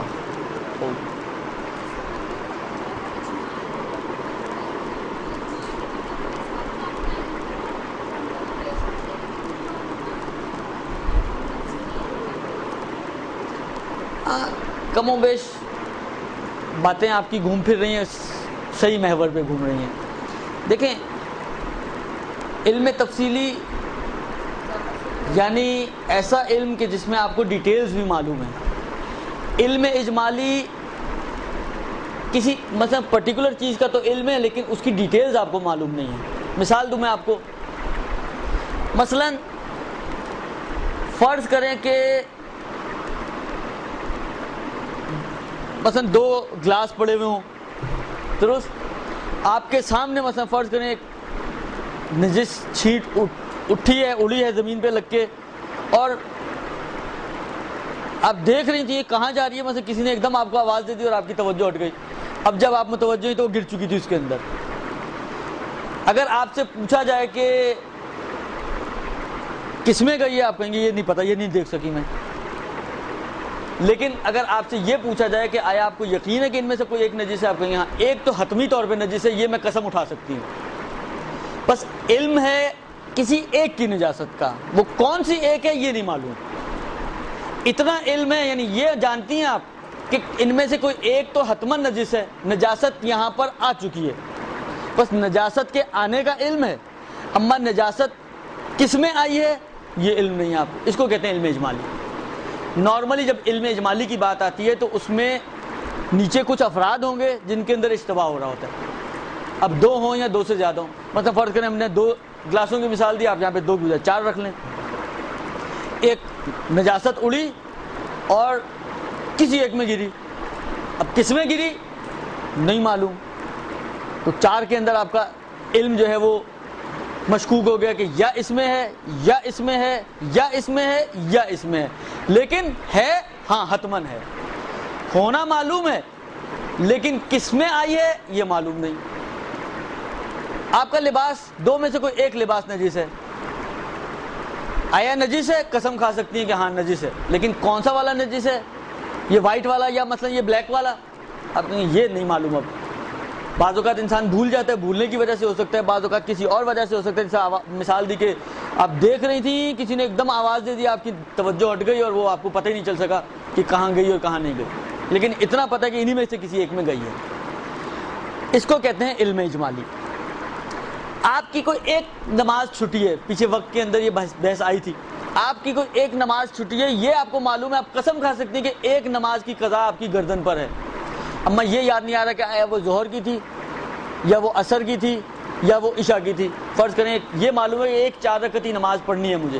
لیکن کون سی یہ یاد نہیں آ رہا۔ اس کو کہتے ہیں علم اجمالی، کہ علم بھی ہے اصل چیز کا، اجمال ہے افراد کے اعتبار سے کہ کون سا فرد آپ کی گردن پر آیا ہے، ظہر یا عصر یا عشاء یہ معلوم نہیں، یا آپ کو یہ پتا کہ پورے 24 گھنٹے میں ایک نماز میں نے چھوڑی ہے، کون سی یہ یاد نہیں، ہو سکتا ہے فجر ہو سکتا ہے مغرب ہو سکتا ہے ظہر عصر یا عشاء میں سے کوئی ایک ہو۔ اس کو کہتے ہیں علم اجمالی۔ اس کے مقابل میں علم تفصیلی، جہاں پہ آپ کو ساری چیزیں روشن اور واضح ہوں، آپ کو یہ بھی پتا ہے کہ کون سی نجاست، آپ کو یہ بھی پتا ہے کہ کس میں نجاست، کون سی بھی پتا ہے کس میں بھی پتا ہے، آپ کہیں جی یہ والا نجس ہے، اس کو کہتے ہیں علم تفصیلی۔ بعض اوقات خود اس اعتبار سے بھی ہو سکتا ہے علم اجمالی کہ آپ کو یہ پتا ہے کہ اس میں نجاست گئی ہے، لیکن کون سی نجاست گئی ہے، آیا پیشاب گرا ہے، کہ مثلا فرض کریں آغا سیستانی کہتے ہیں کہ جی اگر برتن قلیل پانی سے پاک کرنا ہو تو 3 مرتبہ پاک کرو، یا فرض کریں کہ خون گرا ہے کہ مثلا آغا خوئی کہتے ہیں کہ جی 1 دفعہ بھی پاک کر لو تو کافی ہے۔ تو نجاست خود نجاست کے اعتبار سے تردید ہے کہ نجاست کون سی گری ہے، تو علم اجمالی کی مختلف صورتیں بن سکتی ہیں۔ ابھی جو مسئلہ ہے آخری مسئلہ اس میں یہ ہے کہ آپ کو 2 لباس ہیں اور یہ شک ہے کہ ان میں سے کون سا نجس ہے، لیکن یہ معلوم ہے کہ کوئی ایک نجس ہے، پاک کرنے کی فیسلٹی وغیرہ نہیں ہے، یعنی وہ کنڈیشن کہ جس میں آپ پاک لباس کے ساتھ نماز پڑھ سکتے ہو یقینی طور پہ وہ ابھی موجود نہیں ہے۔ اب ایسی سچویشن میں آپ کی ذمہ داری کیا بنے گی، علم اجمالی اور نہیں معلوم کہ کون سا نجس اور کون سا پاک۔ اس میں آغا خوی و خمینی کہتے ہیں کہ اگر تو وقت وسیع ہے، بلکہ وسیع میں تو تینوں یہ کہتے ہیں، اگر وقت وسیع ہے تب تو آپ 2 نمازیں پڑھیں، ایک اس لباس میں ایک اس لباس میں، فرض کریں فجر پڑھنی ہے تو 2 فجر پڑھنی پڑیں گی، ایک اس لباس میں ایک اس لباس میں، ظہر اثر پڑھنی ہے تو 2 ظہر اور 2 اثر پڑھنی پڑیں گی۔ یعنی علم اجمالی کی صورت میں اگر وقت وسیع ہو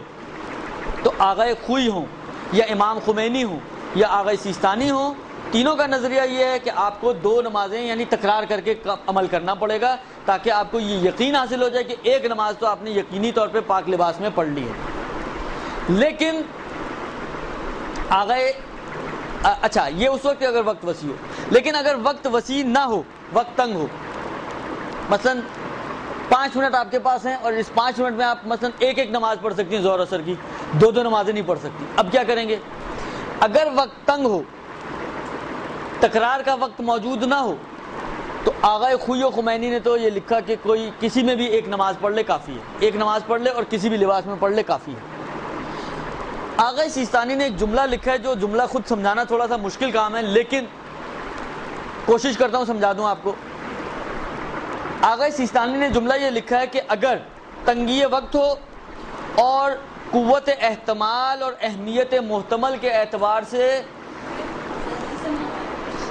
ابھی تو میں پڑھ رہا ہوں، ابھی تو میری بھی سمجھ میں نہیں آئے گا، سن تو لیں پہلے کم سے کم، قوت احتمال اور قوت محتمل کے اعتبار سے کسی میں رجحان نہ ہو تو پھر کسی میں بھی نماز پڑھ لے۔ اب یہ جملہ سمجھے انہوں نے باؤنسر مارا ہے آغا سیستانی نے، درست؟ اب اس باؤنسر کے لیے ہیلمٹ کی ضرورت ہے، تو وہ ہیلمٹ کیا ہو وہ آپ کی خدمت میں عرض کرتا ہوں۔ دیکھیں آپ کو معلوم ہے کہ عبارت کو چھوڑ دیں, میں جو سمجھا رہا ہوں اس کو سمجھیں. مثلا فرض کریں کہ یہ لباس اور یہ لباس, درست. ایک مرتبہ یہ ہے کہ ایک آپ کو اس لباس کے بارے میں مثلا 40% ہے کہ شاید یہ نجس ہو, 60% آپ کے ذہن میں یہ آ رہا ہے کہ یہ والا نجس ہے. ایک میں احتمال 40% ہے, ایک میں احتمال 60% ہے, کہ جس کو ہم اپنی زبان میں ظن بولتے ہیں, درست. اگر ایسی سچویشن ہے تب تو آپ ظن والے لباس میں نماز پڑھیں, کہ آپ کو ظن ہے کہ یہ 40% ظن ہے کہ یہ 40% ظن ہے کہ یہ احتمال ہے کہ یہ پاک ہے, اور 60% اس میں احتمال ہے کہ یہ پاک ہے. 60% اگر اس میں احتمال ہے کہ یہ پاک ہے تو اس کا مطلب کیا ہوا کہ 40% اس کی نجاست کا گمان ہے اور 60% اس کی نجاست کا گمان ہے. تو جس کے نجاست کا امکان زیادہ ہے اس کو چھوڑ دیں, دوسرے والے لباس میں نماز پڑھ لیں. لیکن اگر احتمال نجاست کے اعتبار سے دونوں مساوی ہو جائیں تو پھر آپ ان میں سے کسی بھی ایک لباس میں نماز پڑھ لیں. پھر آغا خوئی و خمینی کی بات صحیح ہے, یعنی آغا سیستانی یہ کہہ رہے ہیں کہ اگر احتمال نجاست کے اعتبار سے یہ دونوں برابر ہو جائیں تو پھر آغا خوئی و خمینی کی بات صحیح ہے کہ کسی ایک میں بھی نماز پڑھ لیں. لیکن اگر احتمال نجاست کے اعتبار سے کسی ایک کی اہمیت زیادہ ہو, یعنی کسی ایک میں رجحان ہو کہ اس میں احتمال نجاست اس کی نسبت زیادہ ہے, تو پھر اس کو چھوڑ دیں اور اس والے میں جس میں کم احتمال ہے اس کو لے لیں. یہ تو احتمال کے اعتبار سے بات ہو گئی. دوسری چیز ہے محتمل کی اہمیت کے اعتبار سے, کہ ایک میں محتمل زیادہ. محتمل کا مطلب یہ ہوتا ہے کہ جس چیز کے بارے میں احتمال ہے. یوں سمجھ لیں کہ آپ یہاں پر محتمل سے مراد نجاست. ایک میں آپ کو یہ ہے کہ اگر یہ والا نجس ہے تو مثلا منی سے نجس ہوا ہے, اور یہ والا اگر نجس ہے تو مثلا خون سے نجس ہوا ہے. اور نجاست کے اعتبار سے ممکن ہے کہ خون کی نجاست منی کی نجاست سے کم ہو. کیوں؟ اس لیے کہ مثلا خون معاف ہے بعض کنڈیشن میں, منی معاف نہیں ہے. مثلا ایک درہم سے کم ہو تو خون معاف ہے لیکن منی معاف نہیں ہے. یا دوسری طرف مثلا فرض کریں آپ کہیں کہ پیشاب ہے, کہ خون ایک دفعہ میں پاک ہو جاتا ہے مثلا, اور پیشاب جو وہ 2 دفعہ میں پاک ہوتا ہے لباس میں. تو ایک طرف اگر یہ والا نجس ہے تو اس میں امکان پیشاب کا ہے, یہ والا نجس ہے تو اس میں امکان خون کا ہے. علم اجمالی میں نے کہا نا مختلف صورتیں بن سکتی ہیں. بعض اوقات ایک صورت یہ بھی ابھی مثال دی میں نے کہ یہ آپ کو نہیں پتا کہ خون گرا ہے یا پیشاب گرا ہے, جیسے ابھی اس گلاس کی مثال دی میں نے. اگر یہ نجس ہے تو اس میں پیشاب کا امکان ہے, اس میں خون کا امکان ہی نہیں ہے. اور اگر یہ نجس ہے تو اس میں خون کا امکان ہے, اس میں پیشاب کا امکان نہیں ہے. تو اس صورت میں آپ اس والے لباس میں نماز پڑھیں جس میں خون کا امکان ہے, اور پیشاب والے امکان والے لباس کو چھوڑ دیں, چاہے دونوں میں احتمال ایک ہی جتنا ہو. اس میں احتمال کمی زیادتی کا مسئلہ نہیں ہے. پہلے والے مسئلے میں احتمال کی کمی و زیادتی کا مسئلہ تھا.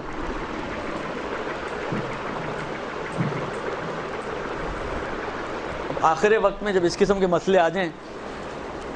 تو مشکل ہو جاتی ہے, آپ لوگوں کے لیے بھی سمجھنا مشکل ہو رہا ہوگا. خوب عرض خدمت یہ ہے کہ دیکھیں, ایک ہے احتمال,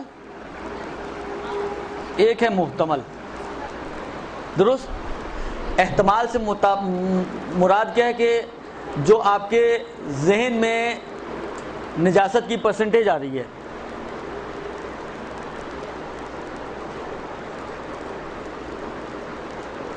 جتنے فیصد نجاست کا امکان آپ کے ذہن میں آ رہا ہے,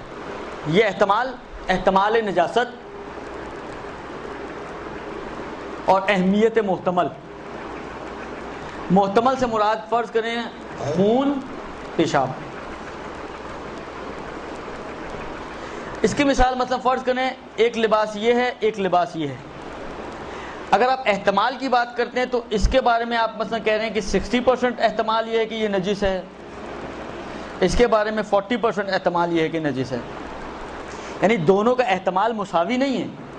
احتمال میں کمی و زیادتی ہے. تو آگا کہہ رہے ہیں اس کو چھوڑ دیں, اس میں نماز پڑھیں. ایسا نہیں ہے کہ کسی میں بھی نماز پڑھ لیں. آغا خوئی و خمینی نے کیا کہا تھا کہ تنگی وقت میں کسی میں بھی نماز پڑھ لیں, نہ احتمال دیکھنا ہے نہ محتمل دیکھنا ہے, کچھ بھی نہیں, کسی ایک کو اٹھائیں نماز پڑھ لیں, آپ کی نماز صحیح ہے. آغا سیستانی کہتے ہیں کہ نہیں, ایسا نہیں ہے. اگر کہیں ایک میں احتمال کم اور زیادہ ہے تو زیادہ والے کو چھوڑ دیں، کم والے کو لے لیں، اس میں نماز پڑھیں تنگی وقت میں. یہ احتمال کے حوالے سے. احتمال ایک جتنے 50% اس کی نجاست کا امکان ہے، 50% اس کی نجاست کا امکان ہے.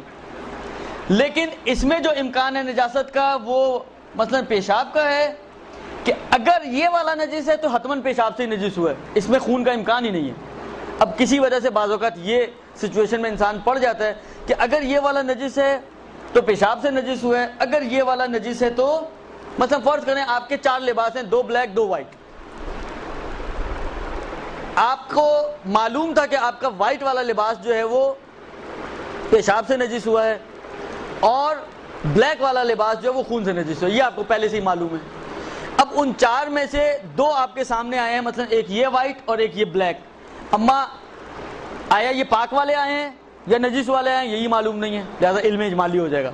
درست؟ آیا یہ پاک والے ہیں نجس والے یہ معلوم نہیں ہے. لیکن اگر یہ نجس والا ہے تو کیونکہ وائٹ والا ہے تو وائٹ پہلے سے آپ کو پتا ہے کہ جی پیشاب سے نجس ہوا تھا 2 دن پہلے، مثلا کسی بچے کا پیشاب لگ گیا تھا، تو یہ اس کا مطلب ہے کہ یہ اگر ہے تو پیشاب سے نجس ہے. لیکن اگر اتفاق سے یہ پاک والا آپ کو ملا ہے لیکن یہ نجس والا ہے تو بلیک کے اندر جو نجاست کا امکان ہے مثلا وہ خون کی نجاست کا امکان ہے. تو یہ اگر نجس ہوا ہے تو حتماً خون سے ہی نجس ہوا ہے اگر یہ نجس والا ہے تو، ورنہ تو یہ پاک ہو سکتا ہے. درست؟ تو اب ایسی صورت میں آغا سیستانی کہتے ہیں کہ اس خون والے لباس والے کے احتمال میں آپ نماز پڑھیں، اس والے کو چھوڑ دیں. چاہے دونوں کی نجاست کا 50% امکان یہ کہ یہ والا نجس ہو، 50% امکان یہ کہ یہ والا نجس ہو، احتمال ایک جتنے، لیکن محتمل کے اعتبار سے کمی اور زیادتی ہے. ایک کا محتمل اہم ہے، شدت ہے اس کے اندر نجاست میں جیسے وائٹ والا، ایک کے اندر محتمل کمزور ہے تھوڑا جیسے خون والا. تو آغا کہتے ہیں پھر اس کو لے لیں اور اس کو چھوڑ دیں. بس اگر اہمیت محتمل یا احتمال نجاست کے اعتبار سے کہیں پہ ترجیح نہ ہو یعنی کوئی ایک طرف جھکتی نہ ہو تو پھر آپ کسی ایک میں بھی نماز پڑھ لیں تو صحیح ہے، اور اگر ترجیحات ہوں تو ان ترجیحات کے مطابق پھر عمل کیا جائے گا. سمجھ میں آیا یا نہیں آیا؟ اب یہ آخر میں یہ 3-4 سوال ہیں، ان کا جواب دے دوں آپ کی اور آپ کی چھٹی چیز ایسی ہوتی ہے کہ انسان کو بڑی محبوب ہوتی ہے. ایک سوال تو یہ کہ نفاس کی حالت میں جو 10 دن کی نمازیں چھوڑی جاتی ہیں کیا ان نمازوں کی قضا بجا لانا ہوگی یا نہیں؟ اول تو یہ کہ نفاس یہ ضروری نہیں ہے کہ 10 ہی دن ہو، جو عورت کی عادت کے ایام ہیں اس کے برابر ہوتا ہے. ایک تو یہ حالا بالفرض 10 دن والی صورت ہو تو نفاس کی حالت میں چھٹی ہوئی نمازوں کی قضا نہیں ہے. سوال یہ ہے کہ نماز ظہر اور نماز عصر مغرب سے 5 منٹ پہلے پڑھے تو نیت دونوں کی قضا کی ہوگی؟ ادا اور قضا کی نیت کے بغیر پڑھیں. ہم عورتیں کالی چادر یا کالی عبا پہن کر نماز پڑھتے ہیں تو کیا ہمیں نماز کا ثواب کم ملتا ہے؟ نہیں، انشاءاللہ نماز کا ویسے ہی آغا سیستانی کے ہاں کالی چیز کی کراہیت ثابت نہیں ہے. واش بیسن دیوار میں لگنے کی بجائے کہاں لگا ہوا ہے؟ پتہ نہیں کہاں لگا ہوا ہے اور خاصا بڑا ہے. مسئلہ یہ ہے کہ منہ دھوتے وضو کرتے پانی کپڑوں پر لگ جاتا ہے تو کیا بدن اور لباس نجس ہوں گے؟ دیکھیں واش بیسن تو نجس نہیں ہوتا ہے، لہٰذا اگر اس سے چھینٹیں اڑ کے آپ کے بدن یا لباس پہ لگ رہی ہیں تو اس میں کوئی مشکل نہیں ہے. کیا چیز؟ واش روم کا بھی مسئلہ اتنا آسان ہے لیکن وہ انشاءاللہ اگلی دفعہ سے ہی.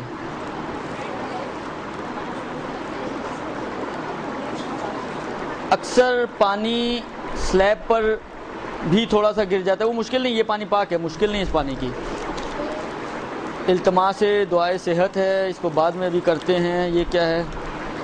دوران نماز یہ پتہ چلے کہ بال نظر آ رہے ہیں، دیکھنے پر معلوم ہو کہ ٹوٹے ہوئے ہیں یا کسی اور کے ہوں تو کیا نماز دوبارہ پڑھنی ہوگی؟ جی نہیں. اگر ہم نے آدھی آستین والی شرٹ پہنی ہوئی ہو اور سلیوز بھی نہ ہوں اور نماز کا وقت نکل رہا ہو تو بڑی چادر اوڑھ کر نماز پڑھی جا سکتی ہے؟ جی ہاں پڑھی جا سکتی ہے. اچھا، ایک التماس دعائے صحت ہے پرویز نقوی صاحب کے لیے، شاعر اہل بیت، پروردگار بحق محمد و آل محمد ان کو شفائے کاملہ اور عاجلہ عطا فرما. ربنا تقبل منا انک انت السمیع الدعاء برحمتک یا ارحم الراحمین.